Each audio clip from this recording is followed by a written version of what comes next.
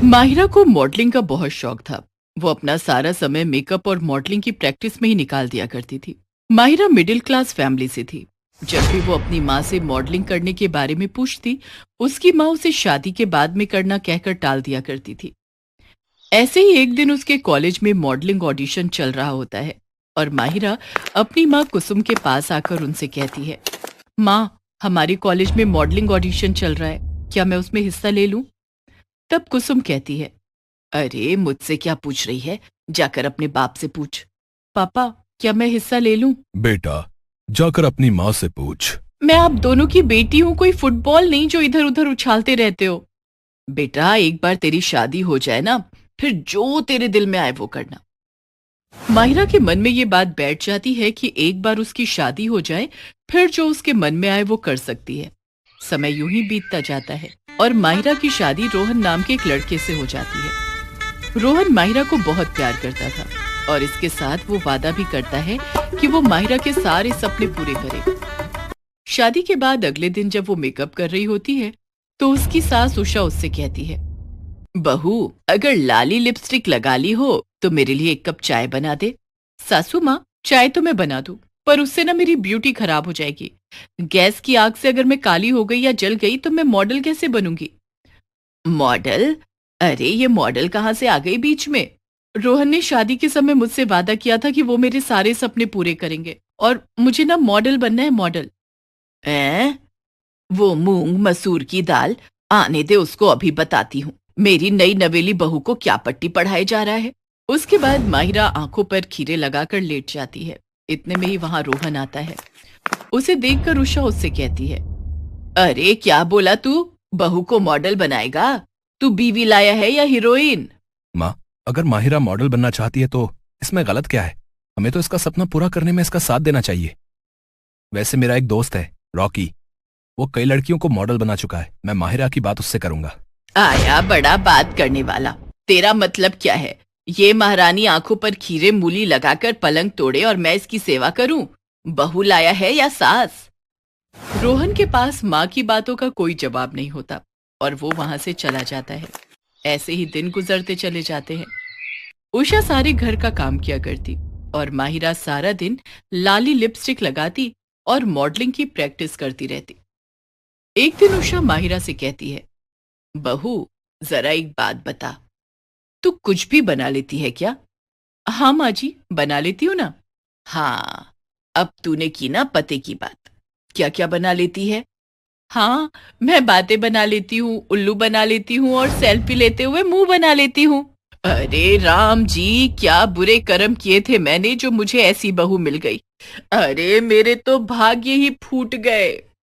माँ जी, मैं तो मजाक कर रही हूँ। मुझे ना मैगी बनानी आती है। आप बोलो तो मैं आपके लिए मैगी बना कर लाऊं? अच्छा, तो इस उम्र में मैं मैगी खाऊंगी? माँ जी, प्यार करने और मैगी खाने की कोई उम्र नहीं होती। माँ जी, आपने कभी किसी मॉडल को खाना बनाते हुए देखा है क्या? वैसे अगर मैं मॉडल बन गई तो सोचो आपका कितना नाम होगा। अखबारों में फोटो, बड़ा घर, बड़ी गाड़ी, बड़ी पहचान।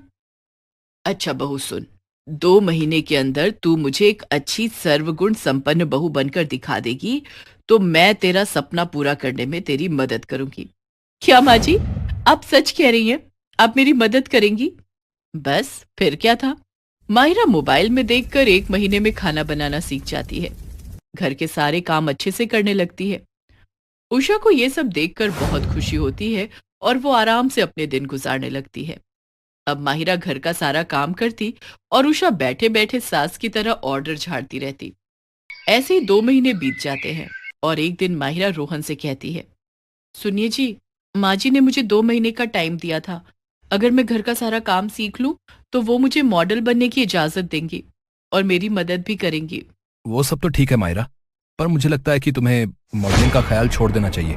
माँ कभी नहीं मानेगी। अरे माँ जी ने मुझसे वादा किया है। अच्छा आप ये सब छोड़िए। वो आप बता रहे थे ना, आपका रॉकी नाम का एक दोस्त मॉडलिंग लाइन में है, आप उसे बुला लीजिए प्लीज। हाँ ठीक है, अगर माँ ने कह दिया तो मुझे कोई आपत्ति नहीं हो सकती। मैं अभी उसे कॉल करके कल खाने पर बुला लेता हूँ। रोहन रॉकी को कॉल करता है और उसे अगले दिन खाने पर बुला लेता है, जिसके बाद रोहन और रॉकी दोनों मिलकर घर में ड्रिंक करने का प्लान करते हैं। तभी वहां कमरे में माहिरा आ जाती है और रॉकी को देखकर धीरे से माहिरा रोहन से बोलती है, अजी आप श्योर हो ना ये मेरी मॉडल बनने में मदद करेगा? हाँ, ये तुम्हें मॉडल बनाने में बिल्कुल मदद करेगा। लेकिन क्या हुआ, ऐसे क्यों पूछ रही हो? अरे ये तो मुझे खुद सस्ता कबीर सिंह लग रहा है, क्या मॉडल बनाएगा मुझे? चुप करो, मेहमानों के बारे में ऐसा नहीं कहते। माहिरा के इतना कहते ही रोहन रॉकी से कहता है, अरे यार, मेरी बीवी सुंदर है और वो मॉडल बनना चाहती है। मैं चाहता हूं तू मेरी मदद करे उसे मॉडल बनाने में। क्यों नहीं, तू मेरे भाई जैसा है, मैं जरूर तेरी मदद करूंगा। तभी वहां उषा आ जाती है और उनकी बातें सुनकर बोलती है, अरे कोई मॉडल मुडल नहीं बन रहा इस घर में। एक तो इतनी मुश्किल से ये बहू लाइन पर आई है और घर का काम संभालने लगी है, अब तू नया ड्रामा लेकर आ गया बीच में। उषा की ये बातें माहिरा सुनती है और उसका दिल टूट जाता है, जिसके बाद वो रोते हुए वहां से भाग जाती है। उसके बाद उषा, रोहन और रॉकी उसे सब जगह ढूंढते हैं पर वो कहीं नहीं मिलती। तभी माहिरा हाथ में बोतल लिए घर की छत पर चढ़ जाती है और फिर कहती है, कूद जाऊंगी, मर जाऊंगी, लेकिन मैं मॉडल बनकर रहूंगी। क्या कर रही हो बेबी, प्लीज नीचे आ जाओ। वही कर रही हूँ जो एक मॉडल बनने के लिए कर सकती है, सुसाइड सुसाइड सुसाइड। बहू जिद करना छोड़ दे, नीचे आ जा। माँ ने कहा एक्टिंग छोड़ दो, पति ने कहा मॉडलिंग छोड़ दो, अब आप कह रहे हो जिद छोड़ दो। कल को कोई कहेगा दुनिया ही छोड़ दो। अरे भाभी नीचे आ जाओ, अरे मर जाओगी। गली वालों, ये जो रॉकी है ना, रॉकी, ये मुझे मॉडलिंग का काम देने वाला था, पर मेरी इस सास ने बीच में ही बांजी मार दी। दुनिया वालों, मैं जा रही हूँ, भगवान मैं आ रही हूँ। बहू अब तू नीचे आ जा, मेरे लिए तुझसे बढ़कर और कुछ भी नहीं है। तू मॉडल जरूर बनेगी और इसमें मैं तेरा पूरा साथ दूंगी। माँ जी, क्या कहा आपने? आप मेरा पूरा साथ देंगी? अब मुझे आवाज नहीं आई, जरा जोर से बोलिए ना। हाँ बेटा, हाँ मैं तेरा पूरा साथ दूंगी, लेकिन तू नीचे आ जा। जाना नहीं माँ जी, मैं आ रही हूँ, मैं नीचे आ रही हूँ, अभी आई। माहिरा नीचे उतर आती है और उषा उसे गले लगा लेती है, जिसके बाद उषा और रोहन मिलकर माहिरा का सपना पूरा करते हैं और साथ ही उसे एक सक्सेसफुल मॉडल भी बनाते हैं और उसका पूरा साथ देते हैं। इस सब के बाद तीनों खुशी खुशी रहने लगते हैं।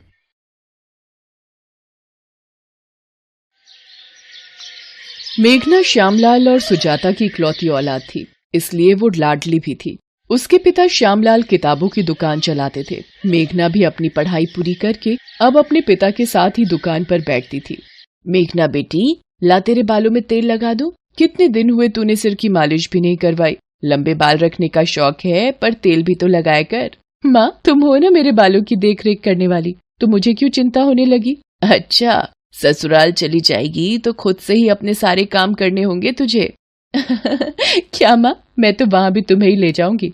अगले दिन मेघना के पिता दुकान की किताबें और स्टेशनरी खरीदने बड़े बाजार चले जाते हैं। मेघना दुकान पर बैठी होती है। जी, मुझे एक फाइल मिलेगी, बड़ी ऑफिस फाइल। जी, ये 60 रुपए और ये 80 रुपए वाली है। ये 80 रुपए वाली दे दीजिए। ये इस तरह से पेपर नहीं लग पाएंगे, रुकिए मैं आपको पेपर पंचिंग मशीन देती हूँ। थैंक यू वेरी मच, वरना कोई इतनी मदद नहीं करता। वैसे मेरा नाम राजीव है, क्या आपका नाम जान सकता हूँ?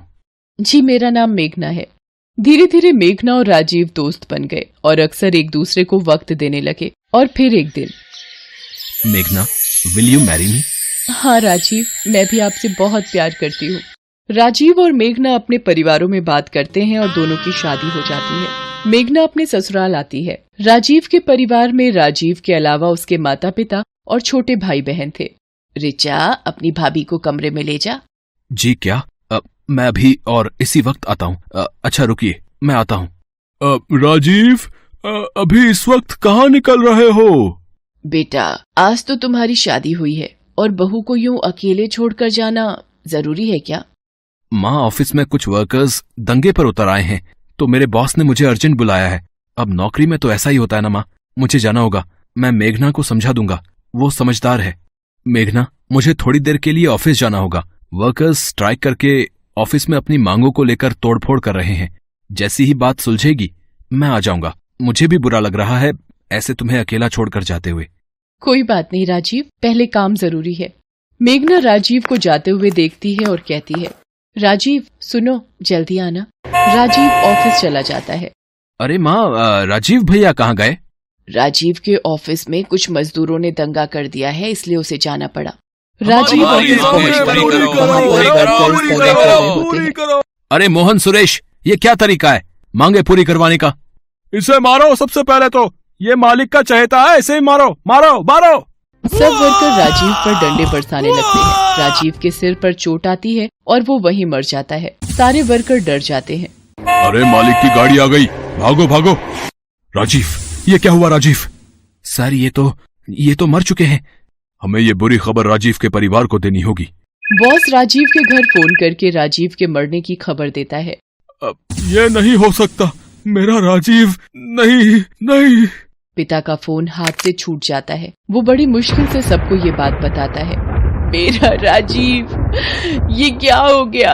हमारी खुशियों को किसकी नजर लग गई? भैया, आप हमें छोड़कर क्यों चले गए? कुछ देर बाद मोहित रोता हुआ राजीव की लाश को घर ले आता है। मेघना तो बिल्कुल शांत हो चुकी थी, मानो उसकी जिंदगी रुक गई हो। राजीव, आप मुझसे वादा करके गए थे कि जल्दी वापस आओगे। आपने वादा तोड़ दिया राजीव, आपने वादा तोड़ दिया। मेघना के माता पिता भी आ जाते हैं। पूरा माहौल सदमे में आ जाता है। राजीव का अंतिम संस्कार हो जाता है। बहन जी, क्या कुछ दिनों के लिए हम मेघना को अपने साथ ले जा सकते हैं? जी ले जाइए, कुछ दिन इसका मन बहल जाएगा। माँ, मुझे कहीं नहीं जाना, मैं यही राजीव की यादों के सहारे रहूंगी। तभी राजीव की बुआ दादी कुछ औरतों के साथ आ जाती है। आशा, ये क्या हो गया? राजीव कितनी छोटी उम्र में चला गया। अब रीति रिवाज के मुताबिक मेघना बहू को राजीव की विधवा बनकर रहना होगा। पर बुआ दादी, मुझे ये सब कुछ नहीं पता, तभी तो इन विधवाओं को लाई हूँ। ये मेघना को सब कुछ समझा देंगी। माँ, ये सब करना क्या जरूरी है? माँ, भाभी के साथ ये सब क्या हो रहा है?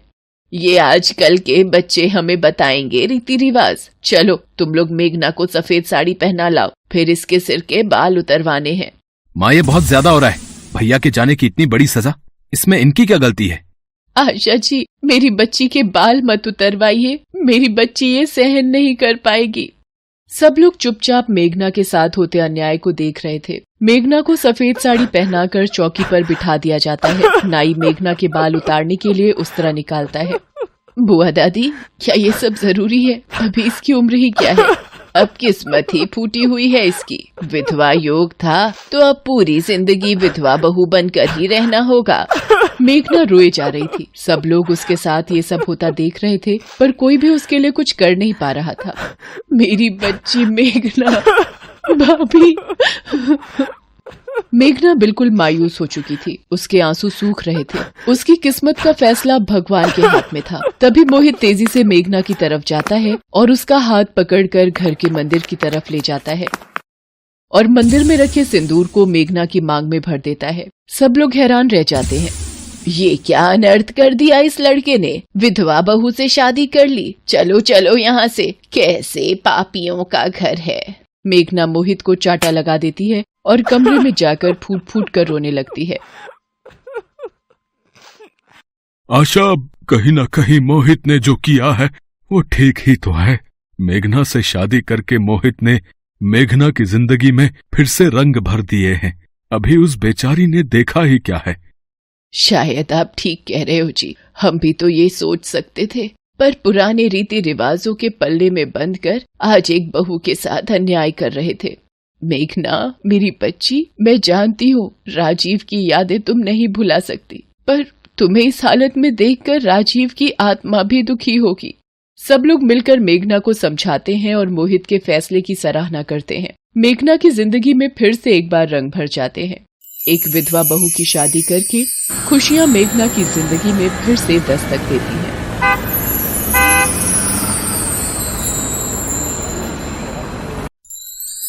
Thanks for watching.